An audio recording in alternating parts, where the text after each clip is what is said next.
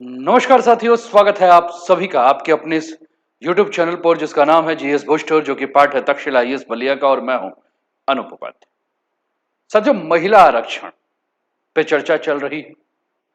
महिला आरक्षण पे ही चर्चा चल रही है या फिर 2029 के सबसे बड़े चुनावी खेल पर चर्चा हो रही है? एक सेकंड के लिए ये इमेजिन कीजिए कि भारत की लोकसभा 543 सदस्यों की नहीं बल्कि 850 सीटों की हो जाती है और अचानक उत्तर भारत की ताकत तेजी से बढ़ जाती है, दक्षिण भारत की राजनीतिक पकड़ कम हो जाती है और दिल्ली की सत्ता का पूरा गणित उलट जाता है। लेकिन ये सब हो कैसे रहा है? सरकार कहती है कि हम महिलाओं को 33% आरक्षण दे रहे हैं, पर असली कहानी जो शुरू होती है वो ये होती है कि 2023 में पास हुआ नारी शक्ति वंदन अधिनियम अभी तक लागू क्यों नहीं हुआ, और 2026 में जो नए बिल आए हैं क्या वो सिर्फ महिला सशक्तिकरण के लिए हैं या पूरे देश की राजनीतिक नक्शा को बदलने के लिए? अगर 2011 का सेंसस के आधार पर सीटों को बांटा गया तो सिर्फ 8 राज्यों से कोई पार्टी आधा बहुमत ले सकती है। क्या यह बीजेपी की लॉन्ग टर्म मास्टर प्लानिंग है? और क्यों विपक्ष इसे साइलेंट पॉलिटिकल रिवॉल्यूशन मान रहा है? आज हम सिर्फ फैक्ट्स पे नहीं बल्कि इस पूरे गेम का हिडन लॉजिक डिकोड करेंगे। तो स्वागत है आप सभी का इस सेशन में। साथियों, चैनल पर पहली बार हैं तो चैनल को सब्सक्राइब करके बेल आइकन दबा दीजिएगा कि यहां आने वाले हर वीडियो का नोटिफिकेशन आप सभी को समय पर मिल सके। साथियों, इस वीडियो को अंत तक देखिएगा और उसके बाद अपने विचारों को कमेंट के माध्यम से हम तक अवश्य पहुंचाइएगा। तो चलिए शुरुआत करते हैं। आज का सेशन आपकी स्क्रीन पर है। क्या बीजेपी महिला आरक्षण के नाम पर खेल रही है? पक्ष और विपक्ष दोनों की चर्चा करेंगे, लेकिन उसके पहले किन किन समाचार पत्रों ने किस किस हिसाब से इस न्यूज को लिया है ये भी देखते हैं। सबसे पहले हम बात करें एपी की। एपी लिखता है, Modi is pushing to get more women into India's parliament that could have other consequences. Times of India लिखता है, women's reservation to delimitation focus on 3 की bills in Lok Sabha today, why they matter. Reuters लिखता है, India's Modi pushes for more women in bigger parliament in democratic overall. तो चलिए इसी पे चर्चा हो। साथियों, जब भारत की लोकसभा की सीटें बढ़कर 850 की जाएंगी और इनकी सीमाओं का पुनर्निर्धारण 2011 की जनगणना के आधार पर होगा तो देश का एक राजनीतिक नक्शा जो है वो काफी बदल जाएगा। हिंदी पट्टी के राज्य जैसे कि उत्तर प्रदेश, बिहार और राजस्थान को सबसे ज्यादा फायदा होगा, जबकि दक्षिण राज्य जैसे तमिलनाडु और केरल को भारी नुकसान झेलना पड़ सकता है। इसी बड़े पैमाने पर होने वाले सीटों के पुनर्वितरण ने 16 से 18 मार्च के बीच आयोजित विशेष संसद सत्र में विवाद खड़ा कर दिया, जिसे आधिकारिक तौर पर महिला आरक्षण के नाम पर बुलाया गया था। अब सवाल ये उठ रहा है कि क्या भारतीय जनता पार्टी महिला आरक्षण को एक कवर के रूप में इस्तेमाल कर रही है ताकि हिंदी पट्टी में अपनी राजनीतिक ताकत को जो है बढ़ा सके, और विपक्ष इसको लेकर इतना चिंतित क्यों है? साथियों, विपक्ष का मानना यह है कि सीटों का ये जो नया बंटवारा है वह हिंदी भाषी राज्यों को ज्यादा प्रतिनिधित्व देने की एक नई जो है वो कोशिश है, जहां बीजेपी पहले से मजबूत है, जिससे सत्ता संतुलन उनके पक्ष में और भी ज्यादा झुक जाएगा। वहीं दक्षिणी राज्य जो है उन्हें डर है कि उनकी जनसंख्या नियंत्रण की नीतियों के बावजूद उनकी राजनीतिक हिस्सेदारी जो है वो कम हो रही है, और इसलिए विपक्ष को लगता है कि महिला आरक्षण के मुद्दे के पीछे असली राजनीतिक सीटों के पुनर्वितरण और भविष्य की सत्ता संरचना को जो है वो प्रभावित करने का प्रयास है। साथियों, सितंबर 2023 में मोदी सरकार ने एक अधिनियम पारित किया था, जिस अधिनियम का नाम था नारी शक्ति वंदन अधिनियम, जिससे लोकसभा और राज्य विधानसभाओं में महिलाओं के लिए जो आरक्षण की बात हुई थी वो 33% आरक्षण का प्रावधान किया गया था। लेकिन यह कानून अभी तक लागू नहीं हुआ और इसके साथ इसमें 2 शर्तें जो हैं वो जोड़ दी गई। सबसे पहली शर्त ये जोड़ी गई कि जो नई जनगणना होगी, नई जनगणना के बाद जो है एक सीमांकन होगा, यानी और अभी जनगणना की प्रक्रिया शुरू हुई है और इसके आंकड़े आने में कम से कम 2 साल लग सकते हैं, उसके बाद सीमांकन होगा। इसका मतलब है कि 2026, 2028 और 2029 में चुनाव है, तो इसका मतलब है कि महिलाओं का आरक्षण 2029 में तो हो नहीं सकता। तो फिर कहां तक टलेगा? 2034 तक जो है ये टल सकता है। अब सरकार क्या चाह रही है? सरकार ये चाह रही है कि 2034 तक हम इंतजार क्यों करें? सरकार इसे 2029 तक ही जो है वो लागू करना चाहती है और इसी के लिए सरकार ने विशेष सत्र जो है लाया है और इस विशेष सत्र में नया विधेयक लाया और ये जो नया विधेयक है वह 131वां 131 कॉन्स्टिट्यूशनल अमेंडमेंट है। ध्यान रखिएगा 131वां कॉन्स्टिट्यूशनल अमेंडमेंट है जो कि 2026 में लाया है और यह सीमांकन विधेयक 2026 और केंद्र शासित प्रदेश कानून विधेयक 2026 तीन है। क्या है? संविधान का 131वां संवैधानिक संशोधन विधेयक 2026, सीमांकन विधेयक 2026 और केंद्र शासित प्रदेश कानून विधेयक 2026। ये तीन जो है विधेयक जो है वो लाए गए हैं और इन विधेयक के माध्यम से अगर हम बात करें तो लोकसभा की अधिकतम सीटें जो 543 है वो बढ़कर 850 हो जाएंगे, जिसमें से 815 राज्य की सीटें और 35 केंद्र शासित प्रदेशों की सीटों में जो है वो वृद्धि होगी। दूसरा जो इससे बदलाव होगा 1971 की जनगणना पे आधारित जो सीट फ्रीज कर दिया गया है उसको हटाया जाएगा और यह तय करने के लिए एक लचीला ढांचा बनेगा कि किस जनगणना के आंकड़ों को जो है वह आधार बनाकर सीटों को तय किया जाएगा। तीसरा जो बदलाव होगा वो एक नई सीमांकन आयोग के बनाने के बारे में बात की जा रही है जो 2011 की जनगणना के आधार पर निर्वाचन क्षेत्रों की सीमाओं को बदलेगा और सीटों का पुनर्वितरण करेगा। मेरी बातें आप सभी को जो है वह आसानी से समझ में आ रही होगी। साथियों ये आज की ही तस्वीर है लोकसभा की 16 अप्रैल की, जब प्राइम मिनिस्टर मोदी अपनी बातों को रख रहे थे और उन्होंने बड़े प्यार से ही जो है वो सपा के अध्यक्ष अखिलेश यादव को जो है उन्होंने टॉन्ट किया और अपने मित्र के रूप में। तो ये चीजें जो है वो लोकसभा में जो दिख रही है और आप सभी जानते हैं कि अगर लोकसभा में इस प्रकार का कोई भी कार्य हो रहा है तो इसका मतलब है कि सामने वाली जो पार्टी है उस पार्टी से जो है वो अपने पक्ष में जो है बातों को कहने के लिए, अपने पक्ष में जो है वो बातों को करने के लिए जो है वो कहा जा रहा है ना। बातें समझ में आ रही है? क्लियर है? ठीक, क्लियर, बातें सभी को क्लियर हो रही है? ठीक, चलिए इसके अलावा अगर हम बात करें साथियों तो अगर हमको बहुत ही साधारण शब्दों में ये कहना होगा तो हम ये कह सकते हैं कि अभी महिला आरक्षण जो है वो पेपर पे है, लेकिन इसे लागू करने के लिए सीटों का नया बंटवारा और सीमांकन जो है वो जरूरी है और यही असली राजनीतिक खेल जो है इस समय बन गया। लेकिन इसको लेकर सबसे बड़ी समस्या क्या है साथियों? सबसे बड़ा सवाल यह है कि 850 सीटों का राज्यों में बंटवारा कैसे होगा, है ना? कैसे 850 सीटों को जो है वो राज्यों में बांटा जाएगा। आपके स्क्रीन पर ये तस्वीर है साथियों, ये चार्ट है। On the basis of census Uttar Pradesh stand to gain the most seat, ऐसा कहा जा रहा है। वर्तमान में उत्तर प्रदेश के पास 80 सीटें हैं और कहा जा रहा है कि अगर प्रोपोर्शनल शेयर होगा तो 125 सीटें जो हैं वो आ सकती हैं और अगर 2011 के सेंसस के आधार पर अगर हम बात करें तो 138 सीटें जो है उत्तर प्रदेश को आ सकते हैं। कुल मिलाकर जो इंक्रीज होगी सीटें वो 13 सीटें जो है वो इंक्रीज हो जाएंगी। बिहार की बात करें तो बिहार की 40 सीटें हैं, अगर प्रोपोर्शनल शेयर मिलता है तो 62 और एस्टिमेटेड शेयर 2011 के सेंसस के आधार पर करें तो 72, तो भी मतलब बिहार को भी 10 सीटों का जो है वो फायदा होगा। वैसे ही आप राजस्थान को देखिए 25 सीटें हैं और 47 सीट जो है वो सेंसस के हिसाब से, मतलब अगर हम प्रोपोर्शनल शेयर और 2011 के सेंसस के हिसाब से अगर हम बात करें तो राजस्थान को भी फायदा हो रहा है। दिल्ली की बात करें तो अभी 7 है, 12, लेकिन एस्टिमेटेड बात करें तो 17, लगभग 5 का। तो कुल मिलाकर आप देख रहे हैं कि ये चीजें दिख रही। तो हमने कहा कि 850 जो सीटें हैं उसका राज्य पर बंटवारा कैसे हो रहा है, तो आप देख रहे हैं किस प्रकार से सीटें जो हैं वो बढ़ रही हैं और किस प्रकार से इसका बंटवारा आपको देखने को मिल रहा है। दक्षिण के राज्यों ने जो है साथियों परिवार नियोजन को बेहतर तरीके से लागू किया, जनसंख्या को स्थिर किया, जबकि हिंदी भाषी के जो क्षेत्र हैं वहां जनसंख्या बहुत तेजी से बढ़ी।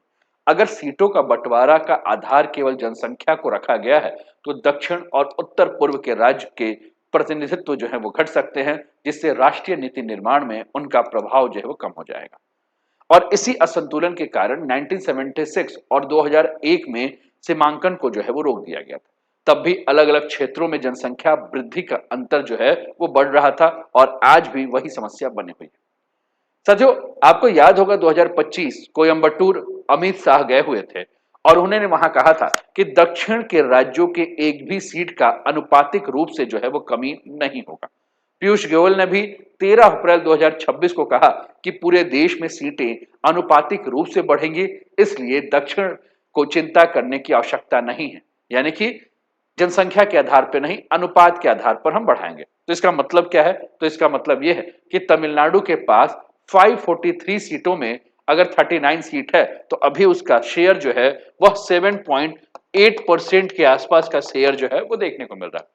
अगर कुल सीटें 850 हो जाए तो उसकी वही अनुपात जो है बना के रखा जाएगा। यानी कि अगर 7.8 का अनुपात है किसका, अगर 543 में, मैंने फिर से कहा, अगर तमिलनाडु को 39 मिल रहा है तो 7.8 जो है इसका शेयर, ठीक, टोटल नंबर ऑफ सीट में। अगर 850 सीट हो जाता है और 850 सीट में भी 7.8 का ही शेयर देना है, जनसंख्या नहीं, तो तमिलनाडु में सीटें जो है वो बढ़कर कितनी हो जाएंगी? 39 से 61 हो जाएंगी। और इसी प्रोपोर्शनल सिस्टम के ऊपर जो है वो बात की गई। लेकिन सबसे ज्यादा जो चिंता है, जो राजनीतिक टकराव हुए, क्या है? विपक्ष की जो चिंता है कि अगर अनुपात की जगह जनसंख्या को ज्यादा महत्व दे दिया गया तो हिंदी पट्टी का दबदबा बढ़ जाएगा। और दक्षिण के राज्य इसी बात को लेकर चिंतित हैं कि उन्होंने जनसंख्या नियंत्रण किया, लेकिन उन्हें जनसंख्या नियंत्रण पे जो उन्होंने काम किया वह उनके लिए एक सजा बन गया। साथियों, इसको लेकर केंद्र सरकार की दलील यह है कि किसी भी राज्यों की सीट को कम नहीं किया जाएगा, बल्कि सभी राज्यों की सीटें जो है बढ़ेंगी। तो साथियों, यहां समस्या सीट बढ़ाने में नहीं है, बल्कि इस बात में है कि किस आधार पर सीटों को बढ़ाया जाएगा। और यही भारत की राजनीति में उत्तर और दक्षिण का नया संघर्ष जो है वो बनता जा रहा है। साथियों, समस्या ये भी है कि नए विधेयक में अगर अनुपातिक सीट बढ़ाने के लिए क्या कोई स्पष्ट गारंटी दी गई है कि नहीं दी गई? क्योंकि भारतीय संविधान का अगर अनुच्छेद 81 का क्लॉज 2 और सब क्लॉज ए को अगर हम देखें तो 81 क्लॉज 2 और सब क्लॉज ए क्या कहता है? ये कहता है कि सीटों का बंटवारा जनसंख्या के अनुपात पर होगा, ना कि सभी राज्यों के बराबर प्रतिशत पर जो है वो सीटें बढ़ाई जाएंगी। ऐसा हमारे भारतीय संविधान के अनुच्छेद में लिखा है। और अभी तक इस प्रावधान को बदलने के लिए कोई भी संशोधन प्रस्तावित नहीं किया गया। यानी कि अगर सीधा मतलब अगर हम बात करें तो जिन राज्यों की जनसंख्या ज्यादा है, जैसे कि उत्तर प्रदेश, बिहार, राजस्थान, महाराष्ट्र, मध्य प्रदेश, उन्हें ज्यादा सीट मिलेंगे। और जिन राज्यों की जनसंख्या कम है, जैसे तमिलनाडु, केरल, उनकी हिस्सेदारी जो है कम हो जाएगी। और इसी बात को लेकर जो है वो डर है और सरकार कह रही है कि सीटें बढ़ेंगी, लेकिन संविधान कहता है कि बढ़ोतरी जनसंख्या के हिसाब से होगी। उम्मीद करता हूं ये पूरे की पूरे बातों को मैं आसान शब्दों में आपको समझा पा रहा हूं और आप समझ रहे हो।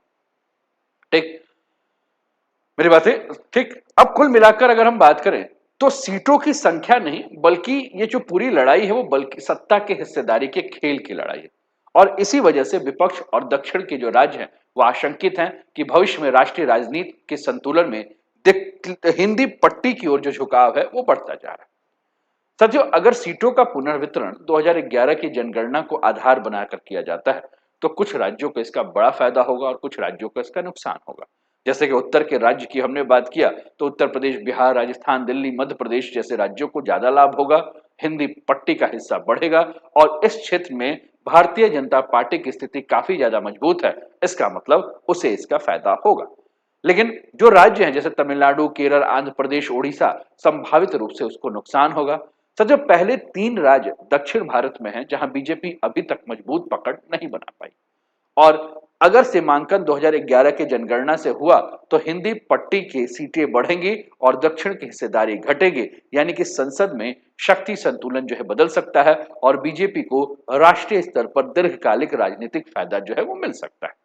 ठीक, अब कुल मिलाकर एक बात और भी अगर हम बात करें तो अगर प्रस्तावित 850 सीटों के हिसाब से अगर क्षेत्रवाद पूरा का पूरा तस्वीर देखें तो हम ये देख सकते हैं कि पहले जो हिंदी बेल्ट की जो सीटों का जो हिस्सेदारी थी वो कितनी थी? तो पहले हिंदी बेल्ट की सीटों की हिस्सेदारी 38.1% थी, वो बढ़कर 43.4% के आसपास जो है वो क्या हो जाएगी? बढ़ जाएगी। यानी मोटा मोटी अगर हम बात करें तो लगभग 5% की बढ़ोतरी होगी। इसका मतलब इन राज्यों को संसद में प्रभाव जो है वो मोटा मोटी 5% जो है वो बढ़ जाएगा। ठीक है ना? अब थोड़ा सा और देखिए, जैसे कि तमिलनाडु की वर्तमान सीट जो है वो 39 है। अगर प्रोपोर्शनल होता है तो हमने कहा 61 मिलेगा, लेकिन अगर सेंसस के बेस पे होता है 2011 तो 50 सीट मिलेगा। यानी कि तमिलनाडु को 11 सीट का जो है, अगर जनसंख्या के हिसाब से सब होगा तो 11 सीट का लॉस होगा। केरल की वर्तमान सीट है 20, अगर प्रोपोर्शनल के हिसाब से बात हो तो 31 मिलेगा, लेकिन अगर सेंसस के हिसाब से बात हो तो 23 मिलेगा। यानी कि इसको 8 सीट जो है वो लॉस होगा। आंध्र प्रदेश की सीट है 25, प्रोपोर्शनल के हिसाब से 39 मिलेगा, लेकिन सेंसस के हिसाब से बात करें तो 34 मिलेगा, यानी कि 5 का लॉस दिख रहा। ओडिशा को अभी वर्तमान सीट है 21, अगर प्रोपोर्शनल के हिसाब से बात करें, अनुपात के हिसाब से बात करें तो 32, सेंसस के हिसाब से बात करें तो 29, यानी कि इसको भी 3 सीट का जो है वह नुकसान देखने को मिलेगा। मेरी बात समझ रहे हैं?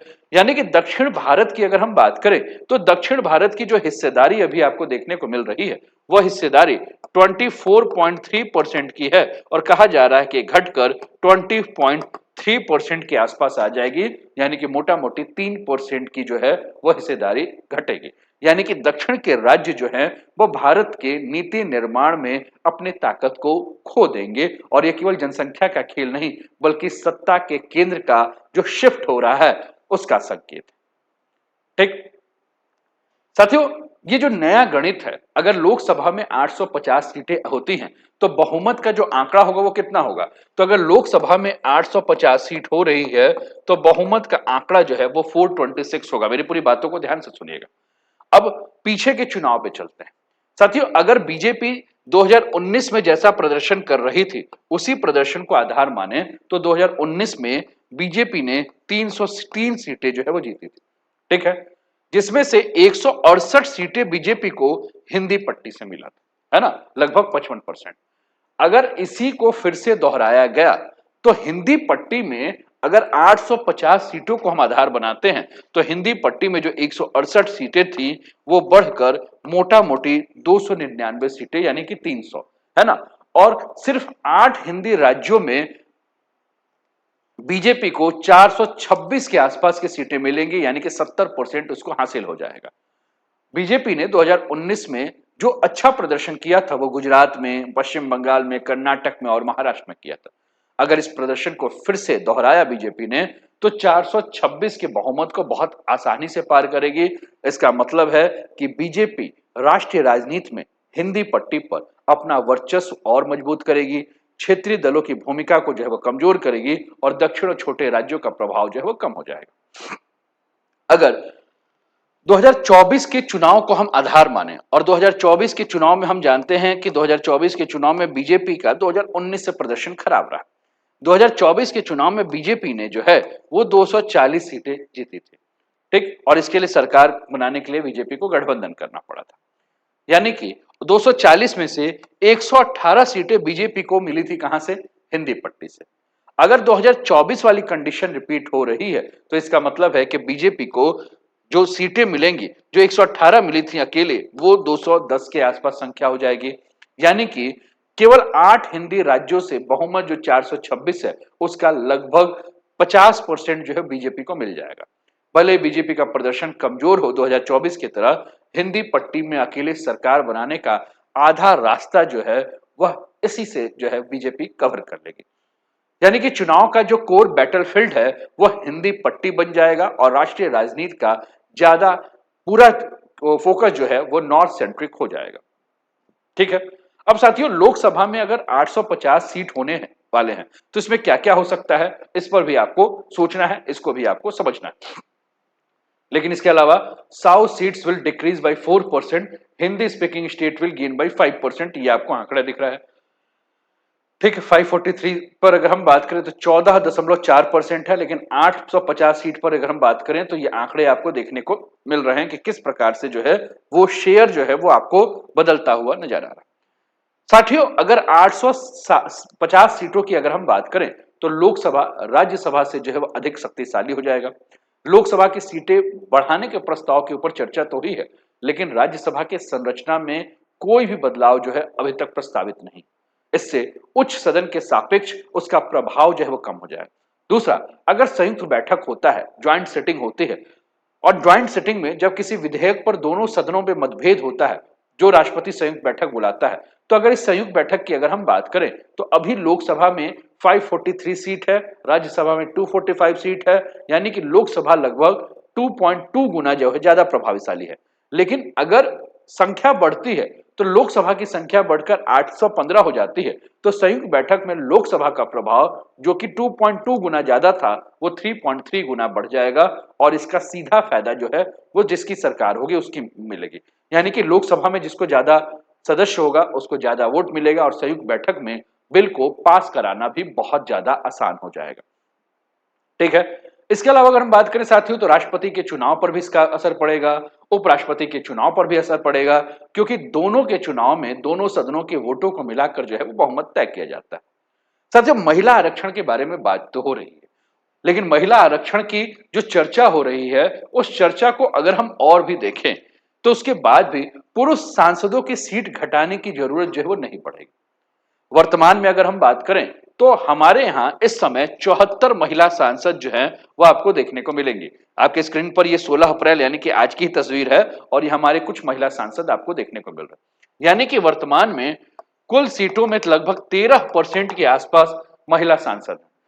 लेकिन अगर 33% आरक्षण कर दिया जाता है नारी शक्ति वंदन अधिनियम से, तो अगर 543 सीटों पे कर दिया जाता है तो लगभग 181 सीटें जो हैं वो महिलाओं के लिए क्या हो जाएंगी, आरक्षित हो जाएंगी।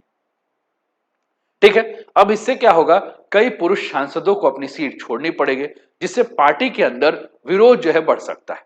लेकिन अब जैसे सीमांकन होगा तो इस सीमांकन के बाद क्या होगा, लगभग 275 नई सीटें जो है वो क्या होंगी, जुड़ेंगी और सरकार इन नई सीटों पे बड़ी संख्या में महिलाओं को आरक्षित करके ये सीटें दे सकते हैं। इससे फायदा क्या होगा, जो मौजूदा पुरुष सांसद हैं उनकी सीटें ज्यादा प्रभावित नहीं होंगी, राजनीतिक विरोध जो है वो कम होगा और केंद्र सरकार में मंत्रियों की संख्या बढ़ाने में भी बहुत दिक्कत नहीं होगी।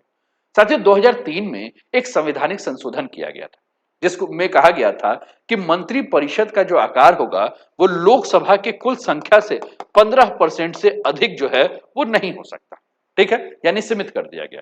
यानी कि लोकसभा में जो टोटल सीट कितनी है, 543 सीट है, तो 543 का 15% यानी कि अधिकतम मंत्रियों की संख्या कितनी होगी, 81, है ना। अब अगर ये प्रस्ताव आ रहा है तो अगर 850 सीट होता है तो 850 का 15% की अगर हम बात कर रहे हैं तो ये संख्या हो जाती है 122, यानी कि सरकार के पास ज्यादा मंत्री बनाने का अवसर मिलेगा, गठबंधन प्रबंधन करना आसान हो जाएगा, क्षेत्रीय और राजनीतिक संतुलन साधना जो है वो और ज्यादा सरकार के लिए आसान हो जाएगा। यानी कि कुल मिलाकर अगर मैं बात करूं साथियों तो ये जो लोकसभा का जो विस्तार किया जा रहा है इस विस्तार पे अगर हम चर्चा करें तो ये लोकसभा विस्तार, सीमांकन और नारी शक्ति वंदन अधिनियम मिलकर भारत की राजनीति का संतुलन जो है वो बदल सकते हैं। इससे हिंदी हार्टलैंड का प्रभाव बढ़ने और दक्षिण की हिस्सेदारी घटने की आशंका जो है वो हो सकती है, जबकि लोकसभा अधिक शक्तिशाली हो जाएगी और इसलिए यह केवल महिला आरक्षण नहीं बल्कि भविष्य के चुनावी गणित और संघीय संतुलन का जो है वो मुद्दा है। आपको क्या लगता है, आप अपने विचारों को कमेंट के माध्यम से हम तक पहुंचाएं और उम्मीद करता हूं कि ये जो पूरा का पूरा घटनाक्रम है इस घटनाक्रम को मैंने, इसके गणित को मैंने बहुत ही आसान तरीके से आपको समझाने का प्रयास किया है। उम्मीद है कि आपको समझ में आया होगा। आप अपने विचार कमेंट के माध्यम से हम तक अवश्य पहुंचाएं और कैसा लगा सेशन ये भी बताएं। साथियों, अभी तक अगर आपने चैनल को सब्सक्राइब नहीं किया होगा तो चैनल को सब्सक्राइब कर दीजिए, वीडियो को लाइक कर दीजिए और अपना ध्यान रखिए, स्वस्थ रहिए, मस्त रहिए, तंदुरुस्त रहिए, हंसते खेलते मुस्कुराते हुए जीवन का आनंद लीजिए। जय हिंद, जय भारत।